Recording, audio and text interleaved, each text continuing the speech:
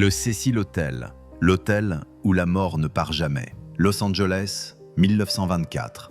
Un palace ouvre ses portes, promettant luxe, élégance, grandeur. Personne ne sait encore que ces murs, ces couloirs interminables, ces chambres aux fenêtres étroites, deviendront le théâtre d'une tragédie sans fin.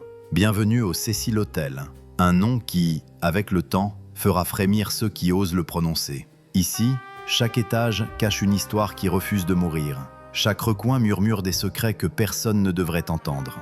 Imaginez un lieu où des dizaines de personnes ont choisi de mettre fin à leur jour, où des tueurs en série ont traîné leurs pas, où une jeune femme a disparu dans des circonstances si troublantes que sa dernière apparition, filmée par une caméra d'ascenseur, est devenue la vidéo la plus terrifiante du web. Un lieu où, encore aujourd'hui, des clients se réveillent en sursaut, certains de ne pas être seuls. Ce n'est pas une légende, ce n'est pas une fiction, c'est l'histoire vraie du Cecil Hotel. À son ouverture, le Cecil devait incarner le renouveau d'une Amérique triomphante. 15 étages, près de 700 chambres, marbre poli, lustre étincelant. Son propriétaire voulait y accueillir une clientèle d'affaires fortunée, au cœur d'un Los Angeles en pleine expansion. Mais très vite, les ombres s'invitent. 1929, le krach boursier frappe. Le quartier de Main Street se dégrade, se transforme en Skid Row, un enfer social où s'amassent les sans-abri, les drogués, les âmes perdues. Le Cecil, autrefois symbole de réussite, devient un refuge pour marginaux, prostituées et criminels. Les murs s'imprègnent de désespoir, et bientôt, la mort s'y installe. 1931, premier suicide enregistré, W.K. Norton, retrouvé empoisonné dans sa chambre. Ce sera le début d'une série macabre. Saut du toit, overdose, pendaison. Certains corps ne seront jamais réclamés. Les journaux cessent même de compter les morts. 1944, Dorothy Jean Purcell, 19 ans, accouche seule dans sa chambre. Dans un état second, elle jette son nouveau-né par la fenêtre. Elle sera internée, jamais jugée. Personne ne saura pourquoi. Les employés commencent à murmurer. Certaines chambres semblent maudites. Des rapports de police mentionnent plusieurs suicides dans une même pièce, comme si quelque chose attirait les désespérés. Les décennies passent, mais la malédiction ne faiblit pas. Année 1980, le tueur en série Richard Ramirez, surnommé The Night Stalker, loge au Cecil pendant sa campagne meurtrière. Il revient la nuit, couvert de sang, jette ses vêtements dans les poubelles de l'hôtel et monte dormir comme si de rien n'était. Plus tard, dans les années 1990, un autre tueur, Jack Unterweger, journaliste autrichien, y séjourne à son tour. Officiellement, il enquête sur la prostitution à Los Angeles. En réalité, il y tue plusieurs femmes. Comme si le Cecil attirait, inexorablement, la mort et la folie.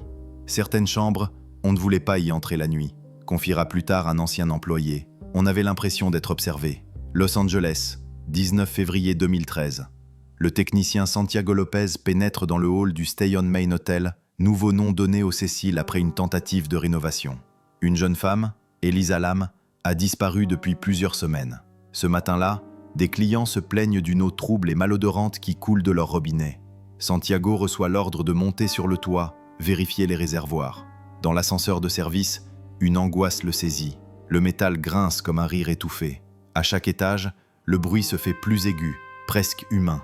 Il a le pressentiment qu'il n'aurait jamais dû venir ici. Sur le toit, 4 grandes cuves trônent sous le soleil californien. Dans l'une d'elles, Santiago distingue quelque chose, qui flotte. Quand il s'approche, l'horreur le fige. Un corps, entre deux eaux, tourné vers lui. Elisa Lam. La jeune femme disparue. Le mystère de l'eau brunâtre trouve enfin son explication. Quelques jours avant sa disparition, une vidéo de surveillance d'ascenseur fait surface. On y voit Elisa, seule, paniquée, appuyant frénétiquement sur les boutons, se cachant dans un coin, parlant à quelqu'un qu'on ne voit pas. Puis soudain, elle sort et disparaît à jamais. La police parlera de noyade accidentelle. Pourtant, la porte du réservoir était verrouillée de l'intérieur. Aucune trace de drogue, aucune explication rationnelle. Regardez bien cette vidéo, observez ses gestes. Elisa Lam n'était pas seule dans cet ascenseur. Et pourtant, sur les images, il n'y a personne. Les hypothèses se multiplient.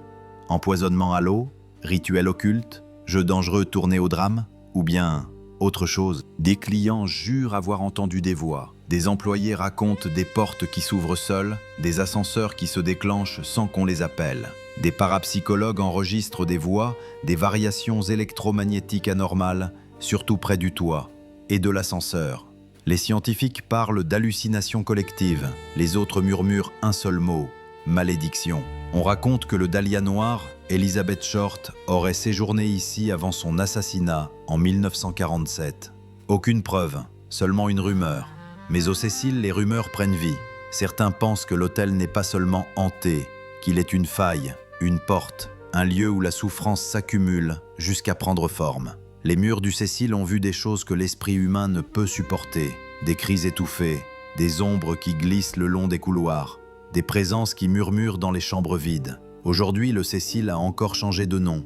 On a repeint les murs, changé les meubles, rebaptisé les couloirs. Mais les démons ne sont jamais partis. Des clients appellent encore la réception paniqués, jurant qu'ils ne sont pas seuls. Des portes claquent sans courant d'air. Des objets disparaissent.